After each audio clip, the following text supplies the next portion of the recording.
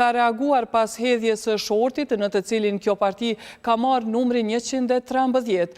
Ajo bëri thirrje për bashkim duke thënë se asnjë popull nuk do psohet më shumë nga armiku sesa kur përçahet nga brenda. E kandidati i LDK-s për kryeministër Lumir Abdigjiku tha se ky është numri ën, numri i bashkimit, i ringritjes dhe i Republikës që beson sërish. Ndërkaq kreu i Partisë Demokratike të Kosovës dhe kandidati për kryeministër Bedri Hamza shkroi se numri 125 i PDK-s është për të gjithë ata që besojnë se Kosova bëhet me urtësi, punë dhe dignitet. Në anën tjetër, përmes rrjeteve sociale, Ramush Haradinaj dhe Adrian Gjini kanë bërë thirrje për mbështetje të numrit 128, duke theksuar se në këto zgjedhje paravotuesve do të jetë një ekip i dëshmuar, i udhëhequr nga kandidati për kryeministër Ardian Gjini.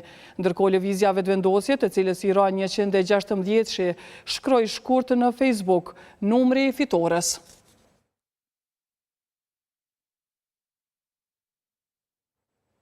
Komisioni Qendror i Zgjedhjeve ka